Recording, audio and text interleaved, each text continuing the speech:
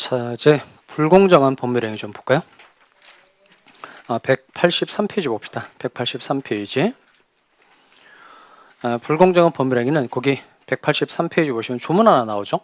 104조인데 104조 조문 한번 읽어볼까요? 104조 같이 한번 읽어보겠습니다. 당사자의 읽어보겠어요. 시작. 당사자의 공박, 경솔 또는 무경험으로 인하여 현저하게 공정을 잃은 법률행위는 무효라 한다. 자, 그 내용 제가 칠판에 옮겨놨는데요. 자, 여기도 교환에다가 좀 필기를 좀 해볼까요? 자, 교환은 그 5페이지 상단에 있죠. 5페이지 상단. 자, 당사자의 공박, 경솔 또는 무경 또는 동그라미입니다.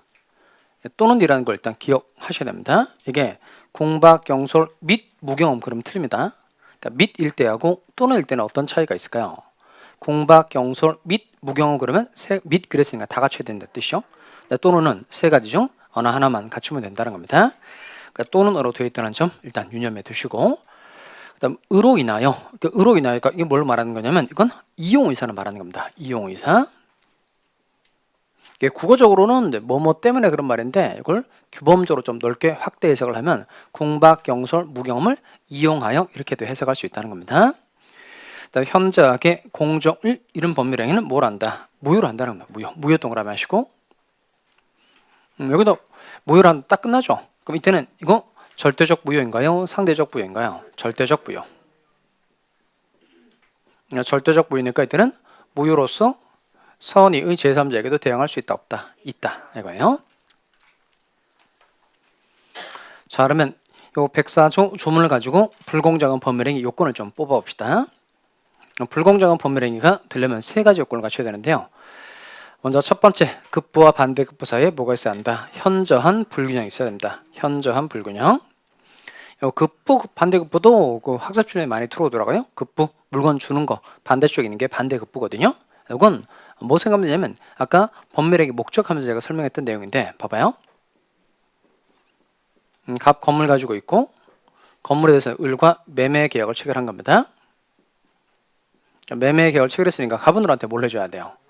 건물 소유권 이전 해줘야 되고, 을은 뭘 지급해줘야 되죠? 대금 지급해줘야 되죠? 대금 지급. 자, 그럼 갑은 을에게 뭘 줬어요? 건물 소유권 넘겨줬죠? 그럼 갑이 준 거니까 이게 뭐가 될까? 건물 소유권 넘겨준 거니까 이게 뭐죠? 이게 급부. 을은 뭘 줬죠? 대금 지급한 거죠? 이거 뭐가 될까? 반대급부. 이렇게 말하면 돼요. 어느 한쪽을 급부라고 하고 상대방이 물건 주는 건 반대급부라고 한다는 겁니다. 거꾸로도 괜찮겠죠? 그 을이 요 돈 준 걸 급부라고 말하면 갑이 건물 소유권 넘겨주는 건 뭐라고 표현하죠? 반대급부. 그러니까 한 사람이 주고 반대쪽이 주고 급부 반대급부 이렇게 말한다는 겁니다. 그런데 이 급부와 반대급부 사이에 뭐가 있어야 돼요? 현저한 불균형. 현저한 불균형. 그러면 어느 정도가 돼야 현저한 불균형으로 볼 수 있을까요? 보통 시가를 기준으로 하면 시가에 어느 정도 차이가 나면 현저한 불균형이 될까요? 시가에 한 3배 이상. 3배 이상 차이가 날 때 현저한 불균형이 있다 이렇게 말합니다. 2배는 현저한 불균형을 보기 어려워요. 3배 이상. 3배 이상 시가에 3배 이상 차이가 날 때 현저한 불균형으로 봐줍니다. 두 번째, 피해자에게는 어떤 사정이 있어야 되냐면 공박, 경솔 또는 무경험한 사정이 있어야 한다는 겁니다. 여기도 다시 또는 동그라미 할까요? 공박, 경솔 또는 무경험. 그러니까 결국 이 두 번째 요건은 세 가지를 다 갖춰야 돼요? 어느 하나만 갖추면 돼요? 어느 하나만 갖추면 된다는 겁니다. 궁박이라고 되죠. 궁박. 궁박은 뭐죠? 궁박. 궁 더하기 박이거든요. 궁 더하기 궁박. 궁은 뭘까? 궁. 곤궁하다는 겁니다. 곤궁하다. 박은 절박하다는 겁니다. 곤궁 더하기 절박. 곤궁 더하기 절박. 곤궁하고 절박한 사정이 있다는 겁니다. 이걸 궁박이라고 말하고요. 그러니까 대표적으로 뭐 돈이 없다. 경제적으로 쪼들린다. 궁박이죠. 그다음 심리적으로 쫓긴다. 이런 것도 궁박에 해당됩니다. 정신적 궁박도 궁박, 그다음 심리적 궁박도 궁박, 경제적 궁박도 궁박에 해당되고 정신적, 심리적 궁박도 궁박에 해당됩니다. 그다음 경솔은 뭐죠? 우리가 보통 알고 있는 의미 그대로 저 사람 경솔해라고 말할 때 그 의미 그대로 이해하시면 되겠습니다. 그러니까 경솔은 보통 일반 사람이 베푸는 주의를 하지 않는 것, 일반 사람이 베푸는 주의를 하지 않는 걸 이걸 경솔하다 이렇게 말합니다. 무경험은 경험이 없다 이거죠. 경험이 없다. 경험이 없다는 건 이건 그 특정 거래를 해본 경험이 없다는 뜻이 아니고요. 어떤 식으로 표현하면 좋을까요? 세상 물정을 모른다는 뜻입니다. 세상 물정을 모른다. 즉 일반적인 생활 경험이 부족하다는 걸 말하는 겁니다. 특정 거래 영역에서의 경험 부족을 말하는 게 아니고 그냥 일반적인 생활 경험의 부족을 말하는 겁니다. 그 다음에 세 번째, 이건 폭리자에게 뭐가 있어야 한다? 이용의사. 그러니까 즉, 이 피해자에게 공박, 경솔 또는 무경험한 사정이 있다는 걸 알고 이용해 먹을 의사가 있어야 한다는 겁니다. 그러니까 이용의사를 다른 말로 뭐라고도 표현하죠? 악의. 여기는 그 악이라는 게 말 그대로 나쁘다는 뜻입니다. 보통 어떤 사정을 아는 게 악이잖아요. 여기는 아는 것만 가지고는 안 되고요. 이건 말 그대로 나쁜 의도라는 뜻입니다. 여기서는 그래요. 나쁜 의도라는 뜻입니다. 그래서 이용의사, 악이용 같은 말이에요. 근데 중요한 건 어쨌든 반드시 이용의사가 꼭 있어야 돼요? 없어야 돼요? 있어야 한다는 겁니다. 다시 첫 번째 요건 해볼까요? 그러면 불공정한 법률해가 되려면 첫 번째 뭐가 있어야 돼요? 급부와 반대급부 사이에 뭐가 있어야 한다? 현저한 불균형이 있어야 한다. 두 번째, 피해 당사자에게는 어떤 사정이 있어야 돼요? 공박, 경솔 또는 무경험한 사정이 있어야 되고, 세 번째, 요 폭리자에게는 뭐가 있어야 한다? 이용의사가 있어야 한다는 겁니다.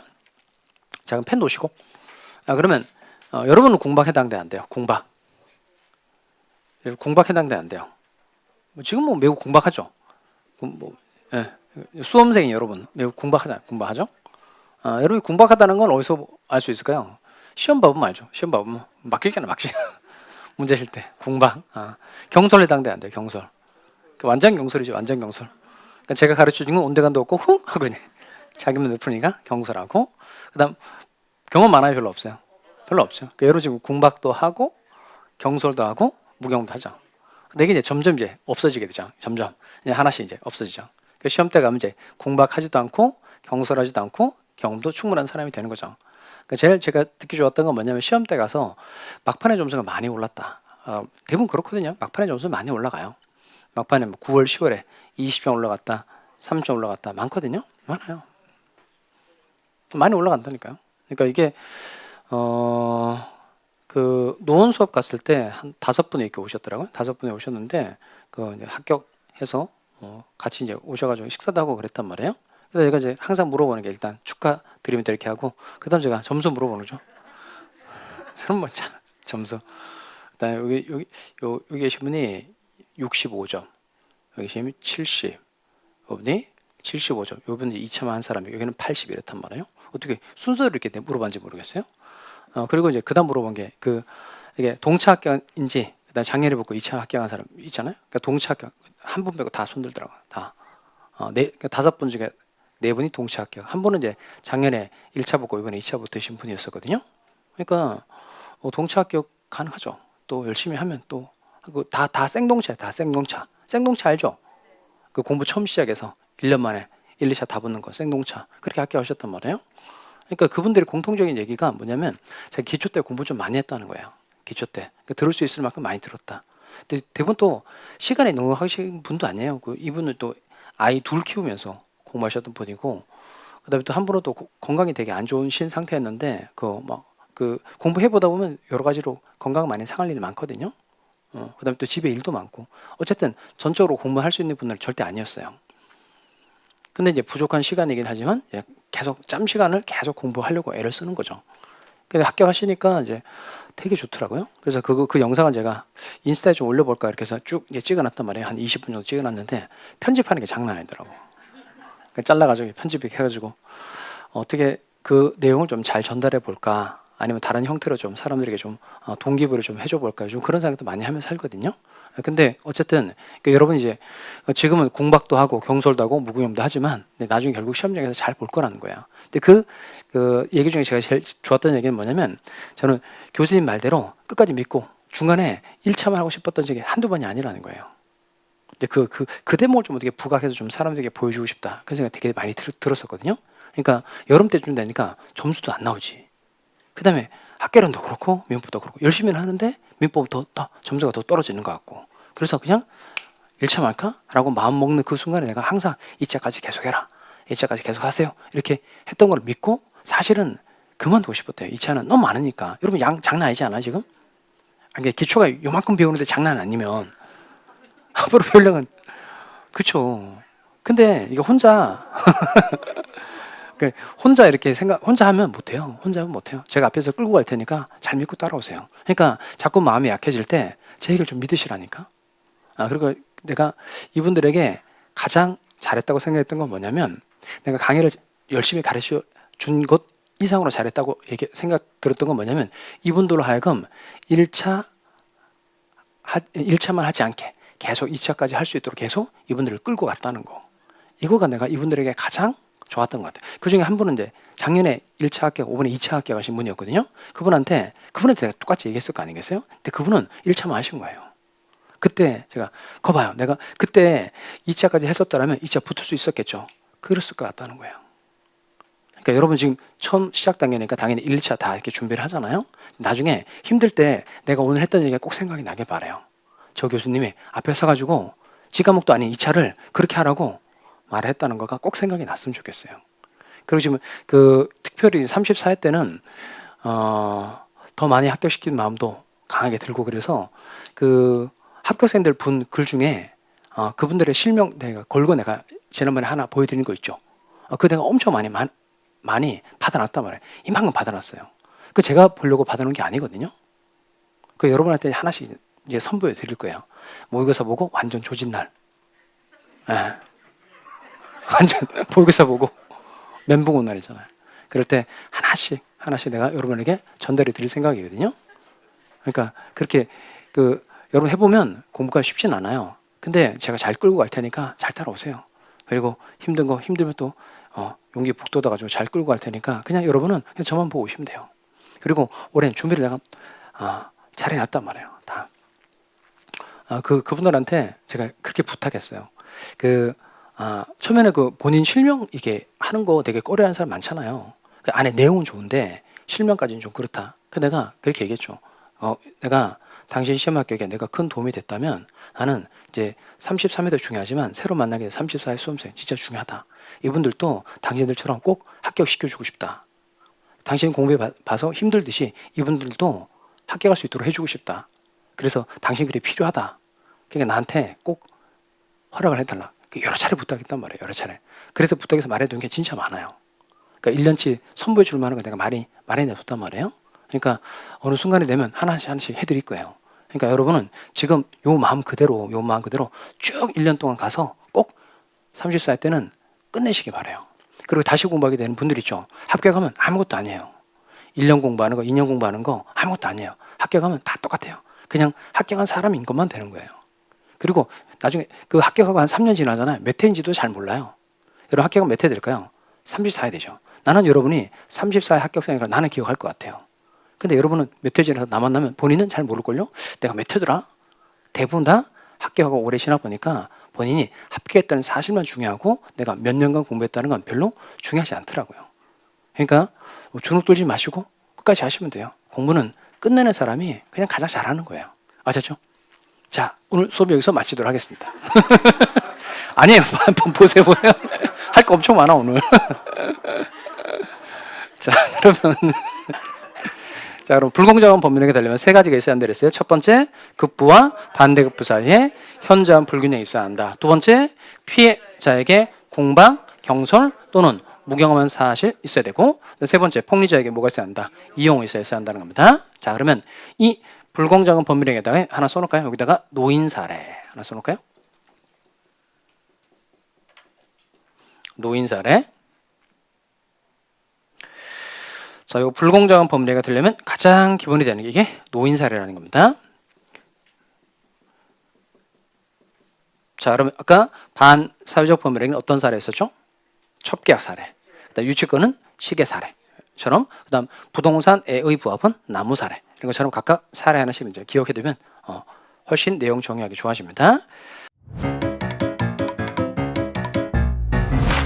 에듀윌 유료 회원만의 남다른 서비스.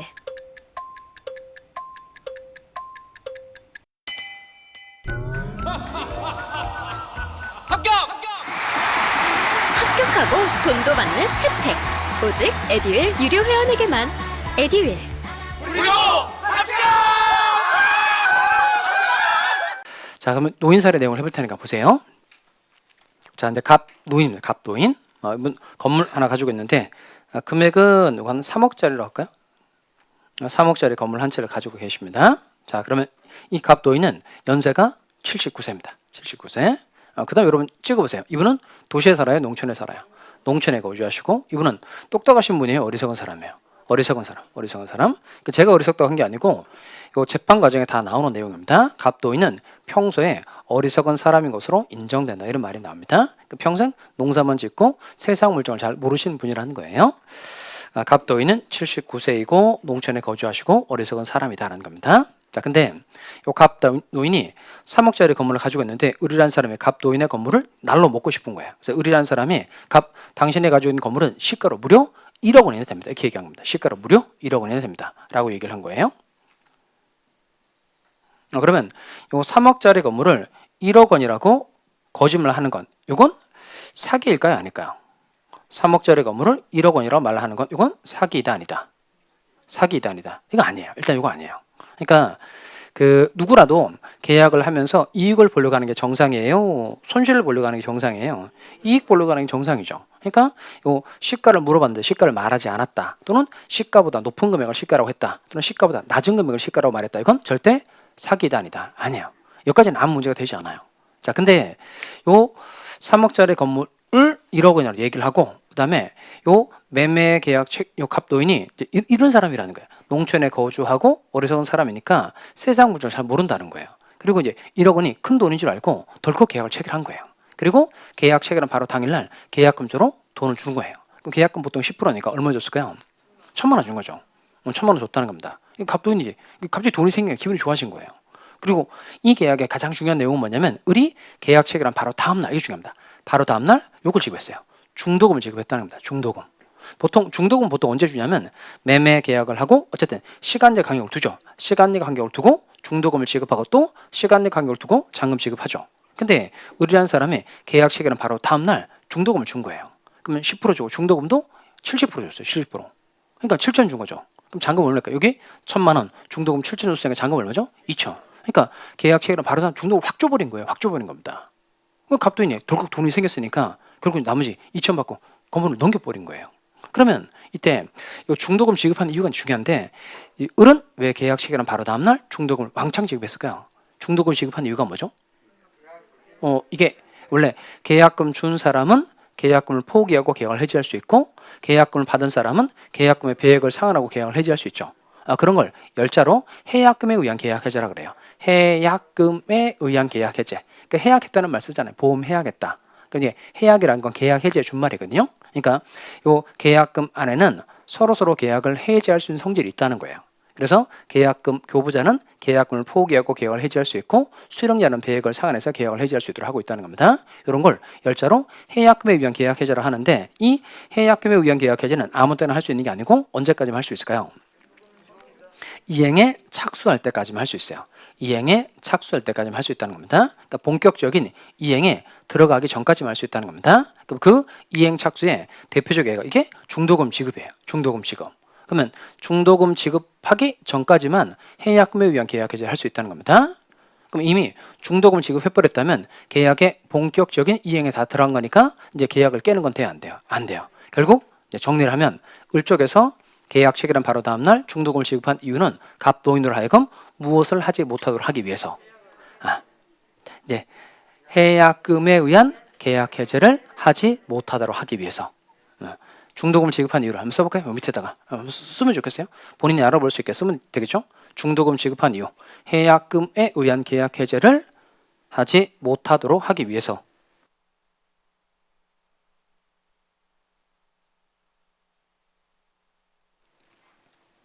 그렇게 한번 써보시면 용어 파악하기 좋을 겁니다. 해약금에 의한 계약 해제를 하지 못하도록 하기 위해서.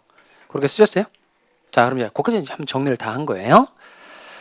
자, 그러면 이 매매 계약 체결하고 이제 계약금 쪽으로 10%에 해당되는 돈 주고 그다음 70%에 해당되는 바로 다음날 중도금 지급하고 나머지 돈까지 다 준 거예요. 결국 갑도인은 3억짜리 건물에 대해서는 을에게 소유권 이전 등기를 확 넘겨줘 버린 거고요. 을도 도합 1억 원의 돈을 지급한 겁니다.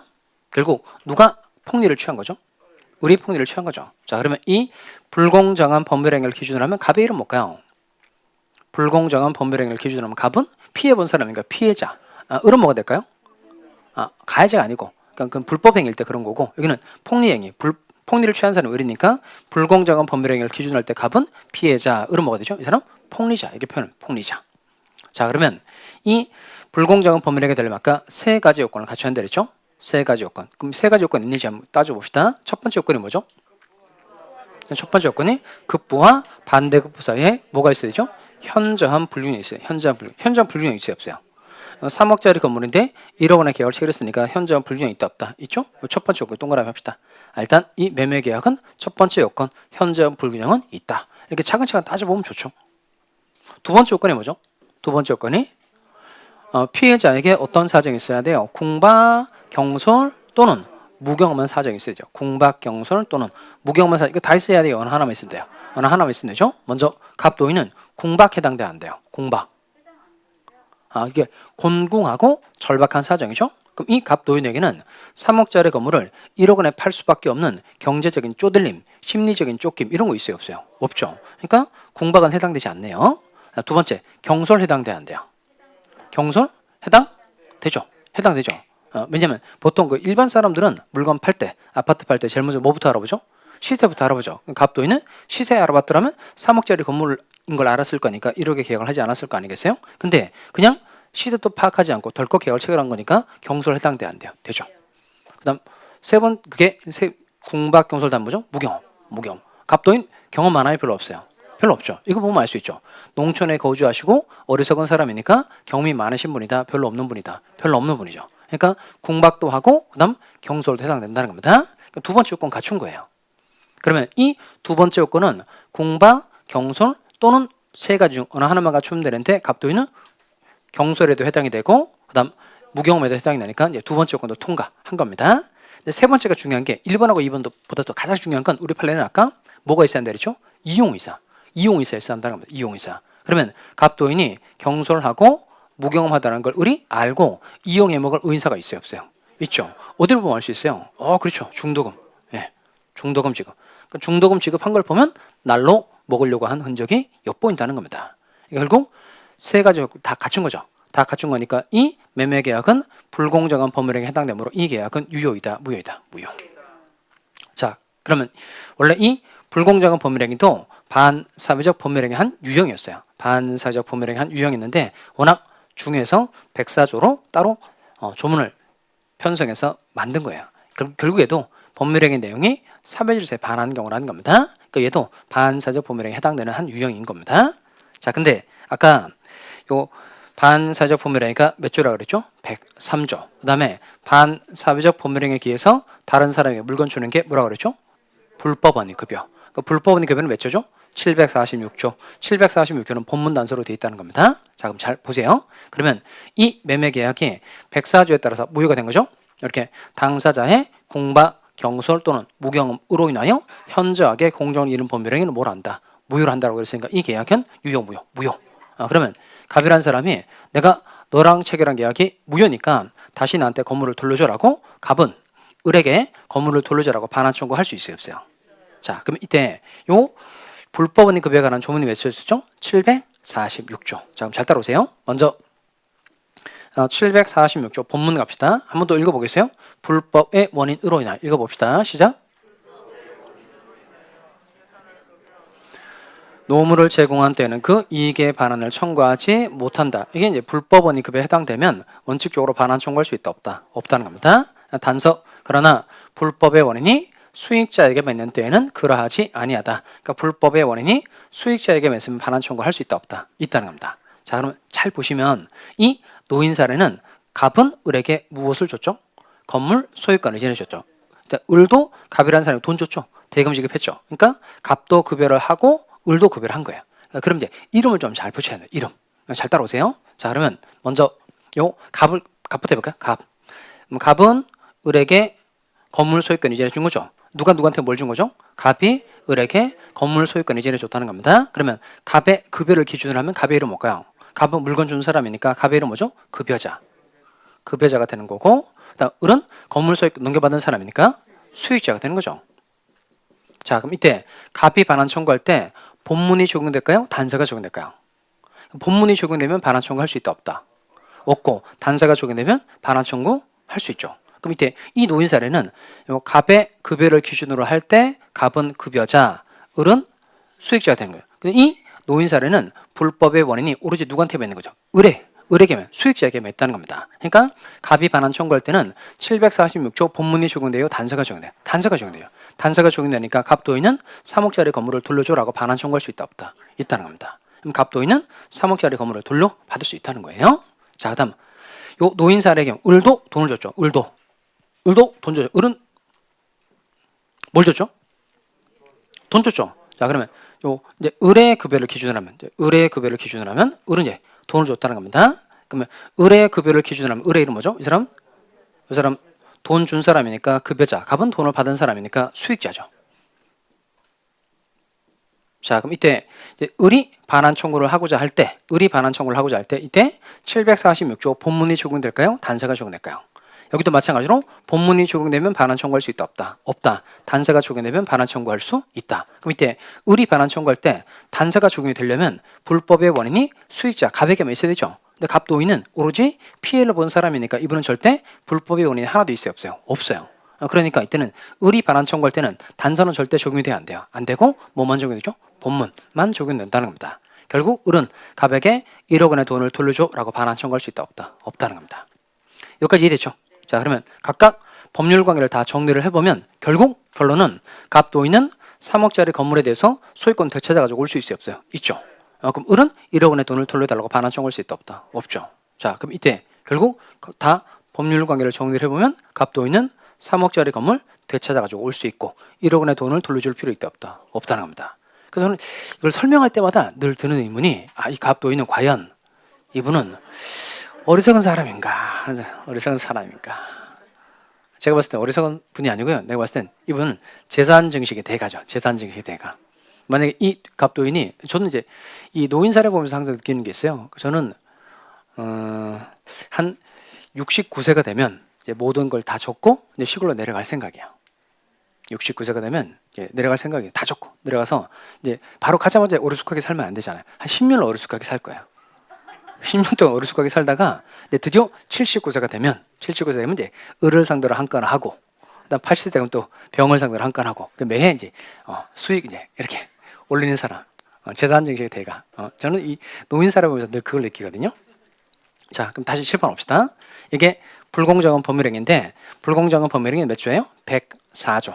조문 한번 해봅시다. 당사자의 궁박, 경솔 또는 무경험으로 인하여 현저하게 공정을 잃은 법률행위는 뭘 한다? 무효로 한다. 그러나 무효로서 누구에게 대항하지 못한다. 그런 말 없죠? 이게 무슨 무효죠? 절대적 무효. 자, 그러면 다 수업을 이제 정리를 했는데요. 그러면 지금까지 공부한 내용이 다 법률행위의 목적에 관한 내용을 공부를 한 거예요. 자, 그럼 다시 저로 보실까요? 법률행위의 목적이란 그 법률행위를 통하여 당사자가 달성하려고 하는 뭘 말한다? 법률 효과를 말한다. 그리고 이 법률행위 목적은 네 가지를 갖춰야 한다는 겁니다. 그게 확가적사, 확정성, 가능성, 적법성, 사회적 타당성. 그럼 확정은 언제까지 확정할 수 있으면 되는 거죠? 이행기까지 확정할 수 있으면 된다. 그럼 확정 통과됐어요. 그 다음 검토하는 게 뭐죠? 가능성. 그럼 가능하냐, 불가능하냐는 언제를 기준으로 판단하는 거죠? 법률행위 성립 당시. 그리고 법률행위 성립 당시를 기준으로 그 전에 불가능하게 된 게 무슨 불능이죠? 원시적 불능. 원시적 불능은 유효, 무효. 그런데 계약 체결상의 과실 책임이 문제될 수 있다. 그리고 법률행위 성립 당시에는 가능했는데 나중에 불가능하게 되었다. 이게 무슨 불능이죠? 후발적 불능. 그러니까 후발적 불능의 경우에 당해 법률행위는 그대로 유효. 그런데 채무자에게 귀책사유가 있으면 채무불이행 문제로 성질이 바뀌고 채무자에게 귀책사유가 없으면 위험부담 문제로 성질이 바뀐다. 그 다음에 검토하는 게 적법성이죠. 단속복귀하고 효력복귀. 단속복귀는 행정상 어디에만? 단속에만 목적 있는 규정이니까 단속복귀를 위반한 경우에 사법상 행위의 효력은 그냥 유효. 효력복귀는 사법상 행위의 효력에도 영향을 미치는 규정이니까 효력복귀를 위반하는 경우에 사법상 행위의 효력은 유효, 무효. 그리고 맨 끝에 검토하는 게 사회적 타당성. 두 개 공부했죠. 반사회적 법률행위, 불공정한 법률행위. 자, 다시 원래 들어가서 그러면 법률행위는 뜻이 뭐죠? 법률행위의 뜻. 의사표시를 필수 불가결의 요소라는 법률 요건. 자, 문제 풀어봅시다.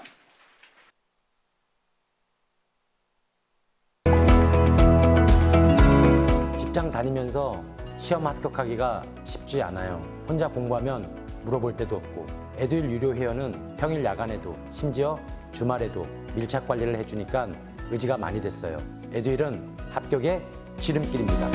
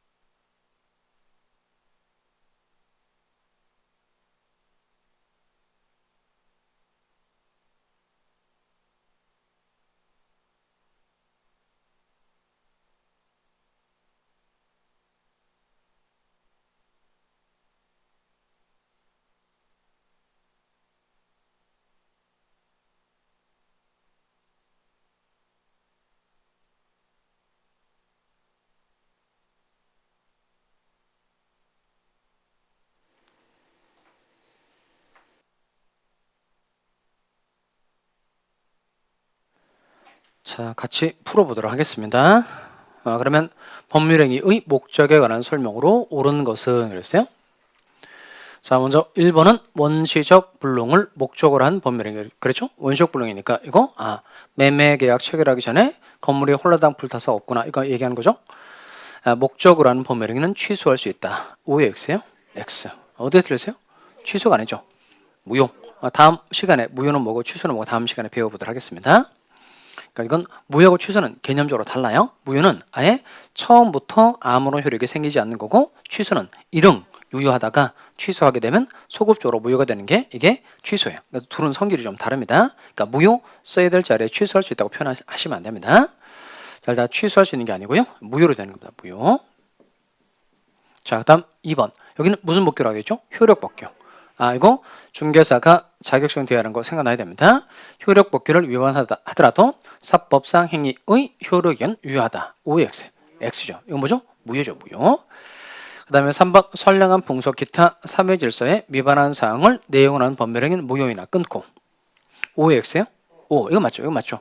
그래 뒤에 무효로서 선의의 제3자에게 대항할 수 없다. OX. X. 이거 무슨 무효라고 그랬죠? 절대적 무효. 그 다음에 4번 불법 원인급여에 해당하는 경우에는 예외 없이 급여자는 상대방에게 자신이 급부한 것에 반환을 청구할 수 없다. 이게 불법 원인급여에 해당되면 원칙적으로 반환 청구할 수 있어요? 없어요? 없죠. 반환 청구할 수 없는 게 맞죠. 근데 예외 있어요? 없어요? 있죠. 예외. 불법의 원인이 수익자에게만 있는 때에는 반환 청구할 수 있다? 없다? 있다. 예외 없이 그랬으니까 OX. X. 5번 불공정한 법률행위가 성립하기 위해서는 폭리자에게 반드시 이용 의사가 있어야 한다. 이건 OX예요. O. 이용 의사 반드시 있어야 되죠. 자, 따라서 답 뭘 골라줘야 돼요? 5번. 자, 그 다음 이제 뭘 공부를 할 거냐면 아까 제가 법률행위는 뜻이 뭡니까? 물어봤었죠? 법률행위 뜻이 의사표시를 필수 불가결의 요소로 하는 법률 요건이다 라고 그랬어요. 그러면 법률행위가 되려면 반드시 뭐가 꼭 들어가 있어야 돼요? 의사표시가 꼭 들어가 있어야 되죠. 근데 그 다음 공부하는 게 그래서 이제 의사표시가 필수 불가결의 요소이기 때문에 그 다음 공부하는 게 이게 의사표시에 관한 내용을 공부를 하는 겁니다. 자, 먼저 그럼 책의 184페이지고요. 184. 그럼 일단 이게 의사표시인지 아닌지, 의사표시인지 아닌지를 좀 해보도록 하겠습니다. 그럼 실판을 좀 볼까요? 갑이 아침에 이제 일어난 거야. 일어나서 우리가 실제 느끼지 못해서 그렇지 이게 의사표시하는 게 엄청 많다는 거예요. 갑이 이제 아침에 일어난 거예요. 일어나서 자기 배우자한테 밥도 이렇게 얘기하면 밥도 이거 의사표시예요 아니에요? 밥 달라고 얘기하는 거. 그거 뭐 맞아 죽을 일이에요? 그래요? 학교 가신 분이 그 얘기 하더라고요. 그분은 그 토요일 날에는 학원을 못 나왔대요. 근데 그 얘기 하시면서 막 울먹울먹 하시던데. 이제 월요일부터 금요일까지는 이제 학원 나와서 열심히 했는데 토요일 날은 저는 학원을 못 나왔어요. 이제 그렇게 한 이유가 뭐냐면 토요일 날 밥 차려줘야 된다는 거예요. 근데 그 얘기 하니까 좀 마음이 어땠을까 이런 생각 들더라고요. 그러니까 막 잘하고 싶은데 토요일 날은 또 밥 차려달라고 얘기하니까 그냥 먹으면 되지 나가서 근데 그걸 또 1년 내내 그렇게 그래서 그때 이제 동영상으로 하면서 하셨다고 얘기하시더라고요. 그러니까 그 공부해 보신 분들은 그 아시는데 이 공부 안 해본 사람들은 진짜 이 공부가 힘든 건 모르거든요. 그러니까 그 제 보니까 이 제 동영상을 그 수강생 이외에 가족분도 많이 보시더라고. 근데 그 온 분들 중에 그 애 키우는 분 있는데 그 자기 잘 때 애가 물어본다는 거예요. 오늘 민법 강의 어땠어? 공부는 잘 되고 있어? 그 주변에 그 가족분들 있죠? 공부하시는 분들 많이 도와주세요. 왜냐면 이분들이 힘든 걸 1년 내내 말도 못하고 사는 사람들이에요. 자기 힘든 걸 뭐 얘기한들 알아줄 수도 없고 말할 수도 없고 그렇게 사는 사람들이니까 잘 좀 챙겨주고 밥도 알아서 먹고 웬만하면 일찍 들어오지 마세요. 좀 이렇게 늦게 들어오고 애들 너네들은 알아서 공부해. 엄마가 학교 가면 너한테 큰 선물 줄 거야. 그러니까 웬만하면 공부하는 사람들은 특별히 보호가 필요한 사람들이거든요. 그러니까 도와줘야 돼요. 그리고 자격증 따면 그 본인도 좋아하지만 가족들이 엄청 좋아하더라고. 아까 그분 있죠. 그 남편이 엄청 좋아한다고. 미안하다고. 당신 공부하는데 도움 못 줘서 미안하다고. 나중에 얘기한다고. 그렇게 했다 그러더라고요. 어쨌든 중요한 건 이제 뭐냐면 여러분이 끝까지 해서 자격증 따는 거예요. 그 애들한테는 여러분 자격증 따가지고 성공한 모습을 보여주는 거. 그러니까 뭔가 이게 그 성공이라는 게 큰 뭔가 아니고 뭔가를 도전했는데 성취하는 모습. 이건 아이들에게 부모가 줄 수 있는 가장 큰 선물이에요. 부모가 줄 수 있는 가장 큰 선물. 뭔가를 이뤄내는 모습을 보여주는 건 애한테 그 재산을 물려주는 것보다 훨씬 큰 무형의 자산이에요. 그러니까 뭐 애한테 얼마 돈 몇 푼 주고 건물 한 채 사주고 뭐 경제적으로 좀 윤택하게 해주는 건 그것도 좋은 일인데 여러분들이 그렇게 도전해서 성취한 모습을 보여주는 건 진짜 큰 재산이에요. 애들도 살아갈 때 힘든 걸 만날 거 아니겠어요? 근데 우리 부모가 어떻게 그걸 딛고 일어나는지 애들이 반드시 기억한단 말이에요. 그 힘든 순간에 그걸 기억을 해내요. 그러니까 여러분 때려치시면 안 돼요. 포기하시면 안 돼요. 끝까지 하셔야 됩니다. 자, 다시 그 밑에 이제 의사표시. 밥도 의사표시. 의사표시다 아니다. 의사표시. 이건 뭐냐면 당신이 나를 부양시켜 달라는 강력한 의사표시. 그 다음에 그 회사 이제 출근할 때 버스에 올라탔어요. 버스에 올라타는 건 의사표시일 거 아닐까요? 버스에 올라타는 건 그 버스에서 나하고 승차 계약이 성립하는 거거든요. 그러니까 내가 버스에 올라타는 행위는 이건 의사표시인 거예요. 그러니까 회사에 가서 근무를 했다. 근로계약에 관해서 의사표시한 거죠. 그 다음에 점심 때 중국집에 가서 짜장면 달라고 얘기했어요. 짜장면 달라. 짜장면 그릇 주세요. 이거 의사표시도 아니다. 의사표시 맞죠. 그리고 이제 그 학원에 올 때 전철 탔어요. 똑같이 의사표시죠. 의사표시. 그 다음에 갑이 을과 계약을 체결했는데 을로부터 사기를 당했어요. 사기 당해서 계약을 취소하겠다고 말을 한 겁니다. 이거 의사표시도 아니다. 이다. 그 다음에 아버지가 아들에게 생일 선물 하나 사주기로 약속했어요. 이거 의사표시이다 아니다. 아버지가 아들에게 생일 선물 사주기로 약속한 거 배웠죠. 이거 의사표시이다 아니다. 얘는 아니에요. 그럼 지금까지 설명드렸던 건 다 의사표시인데 아버지가 아들에게 생일 선물 사주기로 한 건 의사표시가 아니에요. 둘은 어떤 차이가 있을까요? 그 아버지가 아들에게 생일 선물 사주기로 한 거 걔는 뭐라고 했죠? 인간관계. 그러니까 의사표시가 되려면 반드시 법률관계에 해당이 돼야 돼요. 이걸 하나 써보도록 하겠습니다. 의사표시에다가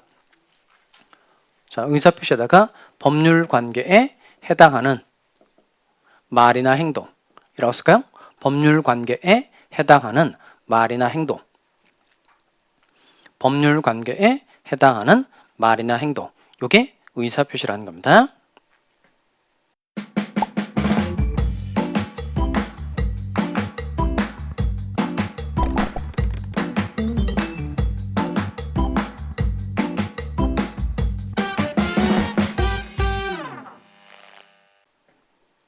따라서 인간관계에 해당되는 말이나 행동은 의사표시이다 아니다 이거예요. 적어도 의사표시가 되려면 법률관계에는 해당되어야 한다는 겁니다. 자, 그럼 이제 칠판을 좀 볼까요? 이건 제가 청약 가지고 제가 이걸 한번 설명을 하려고 하는데요. 먼저 갑이라는 사람이 자신이 가지고 있는 건물을 을에게 1억 원에 팔려고 하는 겁니다. 그럼 청약을 기준으로 하면 갑의 이름 뭐죠? 청약자. 을은 상대방. 청약자, 상대방 이렇게 표현합니다. 그 다음에 요 지금 화살표를 보시면 누가 누구에게 의사표시를 한 거죠? 갑의 의뢰에서 표시한 거죠. 밑에 갑의 의사표시를 기준으로 하면 갑은 의사표시를 한 사람이니까 표의자라고 합니다. 표의자. 표의자 또는 의사표시자 이렇게 부르는데 표의자라는 표현이 많으니까 그걸 이제 공통적으로 표의자라고 표현합시다. 그럼 의사표시한 사람은 뭐라고 하고 표의자라고 하고 이제 을은 상대방에게 표현합니다. 자, 그러면 이때 갑이라는 사람이 건물을 1억 원에 팔겠다는 이 청약을 여러 단계로 좀 나눠서 한번 생각해 봅시다. 먼저 갑이라는 사람이 이제 집이 이제 아이들이 늘어서 이제 집이 너무 좁은 거예요. 그 다른 데로 이제 이사 가고 싶은 거예요. 다른 데로 이사를 가려고 이제 청약을 하는 겁니다. 그 다음에 이 건물을 1억 원에 팔아야지라고 마음 먹는 것, 마음 먹고 그다음 을에게 말해봐야지 생각한 다음에 을에게 이제 말로 했다 또는 편지를 보냈다는 겁니다. 자, 그럼 다시 다른 데로 이사 가기 위해서 1억 원에 팔아야지라고 마음 먹고 을에게 말해봐야지 생각한 다음에 을에게 말로 했다. 편지를 보냈다는 겁니다. 자, 그러면 이 사람이 청약을 하게 된 이유가 뭐죠? 이사 가기 위해서 이거죠. 이사 가기 위해서 이게 동기라는 거예요. 동기. 그러니까 청약을 하게 된 이유, 연유, 의사 표시를 하게 된 이유, 연유 이걸 동기 이렇게 표현한다는 겁니다. 그 다음에 1억 원에 팔아야지라고 마음 먹는 거, 마음 먹는 건 이건 효과의사라 그래요. 효과의사. 그 다음 을에게 말해봐야지라고 갑이 생각한 거죠. 이건 표시의사라고 표현합니다. 그리고 말로 하였다, 편지를 보냈다 이건 표시행위라 그래요. 이 밑에 있는 용어를 좀 잘 기억합니다. 앞에 있는 게 뭐죠? 동기, 그 다음에 효과의사, 그 다음 표시의사, 표시행위. 동기, 효과의사, 표시의사, 표시행위. 이게 우리가 느끼지 못해서 그렇지 실제로 이렇게 다 이루어졌어요. 그러니까 여러분도 학원에 와서 수강 계약에 관해서 의사를 표시한 거죠. 그럼 여러분이 학원 수강하게 된 동기는 뭐죠? 자격증을 따려고, 이게 동기죠, 동기. 자격증 따려고 동기. 그 다음에, 이제 뭐 연간에 100만 원이라 칩시다. 그럼 100만 원에 계약을 해야지라고 마음 먹는 거 뭐죠? 이게 효과의사. 이걸 데스크에 알려봐야 되겠다. 이게 표시의사. 카드로 이렇게 긁었어요. 이게 뭐죠? 표시행위. 다 이렇게 돼 있다는 겁니다. 먼저 맨 앞에 뭐죠? 동기. 그 다음에 효과의사, 표시의사, 표시행위. 자, 다시. 그럼 청약으로 다시 갑시다. 다른 데로 이사 가기 위해서 1억 원에 팔아야지라고 마음 먹고 을에게 말해봐야지 생각한 다음에 말로 하였다, 편지 보냈다. 이게 다시 맨 앞에 있는 게 뭐죠? 동기, 효과의사, 표시의사, 표시행위. 자, 그러면 전에 수업 받았던 분 중에 그 학원 수강의 대표적인 동기는 다 자격증을 따려고 합격하기 위해서 이게 동기였는데 그 제 수강생분 중에 어떤 분이 있었냐면 그분은 일단 그 수업 시간에 뭐 이렇게 좀 적으세요 이렇게라고 해도 잘 적지를 않아요. 그리고 수업에 임하는 태도 자체가 뭔가 이제 배우려고 하는 마음이 별로 없는 것 같아요. 근데 늘 나와요. 늘. 그 되게 일찍 나오세요. 그리고 그 다른 얘기할 때는 별로 관심을 보이지 않다가 제가 이제 공부 외적인 얘기를 할 때 근데 되게 또 이렇게 표정이 막 좋아져요. 괜찮아요 뭐 이런 거 하면 엄청 좋아하고 그랬단 말이에요. 근데 진짜 괜찮은 거 맞아요? 근데 이분은 스케줄이 되게 복잡해요. 그러니까 오전에 그 수업을 이렇게 받아요. 수업을 이렇게 받고 지금 여러분 표정하고 그분 비슷해요. 예. 그 오전에 수업을 받고 그리고 이제 그 자리에서 바로 김밥을 드세요. 김밥을 드시고 그다음에 어디 가냐면 그 꽃꽂이 학원에 가요. 꽃꽂이. 꽃 이렇게 하는 거잖아. 그걸 거기서 배워요. 그리고 그거 끝나고 난 다음에 서예 학원을 가요. 북글씨 이렇게 배운단 말이에요. 그리고 저녁에 또 오세요. 저녁에 또 와서 김밥을 드시고 저녁에 또 수업을 받아요. 그 제가 알았죠. 이분이 오전에 제가 수업을 해줬는데 왜 저녁에 또 왔을까? 그 여러분이 하다 보니까 이제 물어보게 된 거예요. 나이도 조금 있으신 분이었거든요. 그래서 내가 왜 이렇게 오전 야구 수업을 다 받냐 그랬더니 자기는 집에 있으면 안 된다는 거예요. 그래서 왜 그런지 이렇게 물어봤더니 자기는 집에 있으면 이게 우울증 증상이 있기 때문에 집에 있으면 안 된다는 거예요. 자꾸 밖으로 돌아다녀야 자기 좀 좋아진다는 거예요. 그럼 이분이 학원 수강하게 된 동기는 뭘까요? 자격증 따르고 아니죠. 이분은 그 집에 있으면 안 되는 사람이니까 이분 학원 수강하게 된 동기는 집구석에 있기 싫어서예요. 집구석에 있기 싫어서. 이게 학원 수강의 동기인 거죠. 제가 이 얘기를 하는 이유는 뭐냐면 그 대부분의 그 동기라는 게 예상을 할 수 있잖아요. 이렇게 앉아있는 이유가 이분들이 자격증을 따기 위해서 앉아있는 걸 예상할 수 있지만 말을 하지 않는 이상 정확하게 알 수 있어요? 없어요? 없죠. 이걸 두고 표현할 때 이렇게 표현합니다. 동기는 의사표시의 내용이다 아니다. 아니다 이렇게 말해요. 동기는 의사표시의 내용이다 아니다. 아니다. 그 다음 이 표시의사라는 것도 역시 의사표시의 내용이다 아니다. 아니에요. 그럼 결국 내용인 것 두 가지를 잘 색칠합시다. 내용인 것 두 가지가 뭐죠? 요 효과의사. 요 효과의사하고 표시의사하고 이게 바로 법률행위의 의사표시의 중요한 내용인 거예요. 내용 두 가지가 뭐라고요? 효과의사하고 표시행위라는 겁니다. 그러니까 의사표시는 의사 더하기 표시인데 앞에 있는 의사는 이걸 말하는 겁니다. 효과의사. 의사표시를 말하는 거고 뒤에 있는 표시는 표시 행위를 말하는 겁니다. 그러면 이 사람이 1억 원에 팔아야지라고 마음 먹고 1억 원에 팔겠다고 제대로 말을 하거나 편지를 제대로 보낸 거예요. 그럼 이건 의사와 표시가 뭐 하는 경우죠? 일치. 그리고 의사결정 과정에 아무런 하자가 없다는 겁니다. 이건 이렇게 표현합니다. 무슨 의사표시라고 그럴까요? 정상적 의사표시.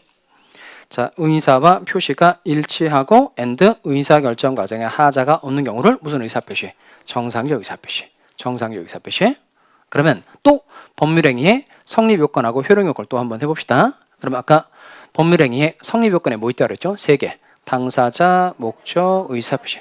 당사자, 목적, 의사표시. 그 다음에 효력요건 첫 번째가 당사자 능력 갖추는 거죠. 권리 능력, 행위 능력, 의사 능력 갖추고 두 번째 법률행위 목적은 확가적사, 확정성, 가능성, 적법성, 사회적 타당성. 세 번째 의사와 표시가 일치하고 하자가 없으면 당사자가 의혹한 대로 법률 효과가 발생하게 되는 겁니다. 자, 그 다음에 이제 요 옆에다가요. 이렇게 요 그림 옆에다 쓸만한 공간 되죠. 자, 그럼 이건 뭐 청약할 때 배웠던 내용 한번 복습 한번 해보겠습니다. 그럼 청약은 상대방이 있는 의사표시예요, 없는 의사표시예요? 상대방 있는 의사표시죠. 밑에 상대방이 있는 의사표시는 언제 의사표시의 효력이 발생하게 될까요? 상대방에게 뭐한테? 도달. 아, 좋았어요. 도달. 상대방에게 뭐한테? 도달한 때 효력이 생긴다는 겁니다. 자, 그런데 상대방이 없는 경우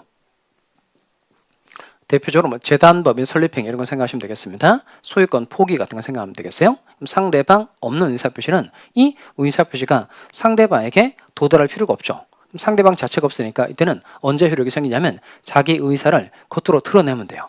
자기 의사를 겉으로 드러내면 된다. 그걸 표백이라고 말해요. 표백. 표백 그러면 어떤 생각 들어요? 표백 그러면 그 하이타이 이런 거 생각, 하이타이. 표백자 생각하죠. 근데 그 표백하고 좀 다른데 얘는 겉표자의 아랫백자입니다. 자기 의사를 겉으로 아래는 거, 겉으로 드러내는 걸 이걸 표백했다고 말합니다. 일단 이 용어는 좀 기억합시다. 상대방 있는 의사표시는 언제 효력 발생한다고요? 도달한 때. 그다음 상대방 없는 의사표시는 표백한 때 효력이 각각 발생하게 된다는 겁니다. 근데 생기는 문제가 하나 있어요. 청약할 때도 봤던 내용인데 7번 볼까요? 그러면 갑이라는 사람이 청약의 의사표시를 발신했어요. 즉 1억 원에 팔겠다는 편지를 우체통에 투입했다는 겁니다. 그런데 이 사람 돌아오다가 교통사고로 사망했어요. 그러면 청약의 의사표시를 발신하고 난 후에 갑이 사망하거나 제한능력자가 됐다는 겁니다. 지금 청약의 의사표시가 이렇게 가고 있는 상태죠. 가고 있는 상태니까 청약의 의사표시를 발신하고 난 다음에 갑이 사망하더라도 이 청약의 의사표시가 을에게 도달하면 효력이 생겨요, 안 생겨요? 생겨요. 그러니까 의사표시자가 의사표시를 발신하고 난 후에 사망하더라도 의사표시의 효력에 영향이 있다 없다? 없다는 겁니다. 그러니까 상대방에게 도달하면 효력이 생긴다는 겁니다. 자, 다시 7번 합시다. 이렇게 법률행위는 의사표시가 필수 불가결의 요소라는 겁니다. 그래서 의사표시를 공부를 하는데 이 의사표시가 그냥 이루어지는 게 아니고 일정한 심리적 과정을 거친다는 겁니다. 먼저 동기, 그 다음에 효과 의사, 그 다음 표시 의사, 표시행위. 이 중에 효과 의사하고 표시행위가 의사표시의 핵심적인 내용입니다. 그러면 이때 의사와 표시가 일치하고 의사결정 과정에 아무런 하자가 없는 게 뭐죠? 정상적 의사표시. 이때는 당사자가 뭐한 대로 의혹한 대로 원하는 대로 법률 효과가 발생한다는 겁니다. 자, 근데 이렇게 한번 표시 한번 해볼까요? 그러면 의사와 표시가 불일치하거나 의사결정 과정에 하자가 있는 경우는 뭐라고 표현할까요? B자를 붙이면 돼요. 비정상적 의사표시. 비정상적 의사표시라고 그럽니다. 그러면 의사와 표시가 불일치하거나 의사결정 과정에 하자가 있는 거니까 그냥 쉽게 표현하면 의사표시가 병들었다 이렇게 생각하시면 돼요. 의사표시가 병들었다는 겁니다. 그럼 이 병적인 요소를 치료하는 방법은 그냥 유효하게 내버려 두는 방법도 있고 아예 무효로 만드는 것도 있고 경우에 따라서 취소하게끔 해줄 수도 있단 말이에요. 그러면 비정상적 의사표시가 실제 일어났을 때 이를 어떻게 처리할 건지 결론을 내려주려면 조문이 필요해요? 필요 없어요? 필요하죠. 그래서 많이 만들었어요. 107조, 108조, 109조, 110조를 만들었어요. 이 조문 엄청 중요합니다. 비진이 표시가 107조, 통조공의 표시가 108조, 착오가 109조, 사기강구의 110조예요. 10조. 이건 좀 쉬었다가 107조 비진이 표시부터 좀 살펴보도록 하겠습니다. 또 어느 순간에 또 시간이 또 끝났어요. 좀 쉬었다 하도록 하겠습니다. 공인중개사 합격! 에듀윌 합격 패스!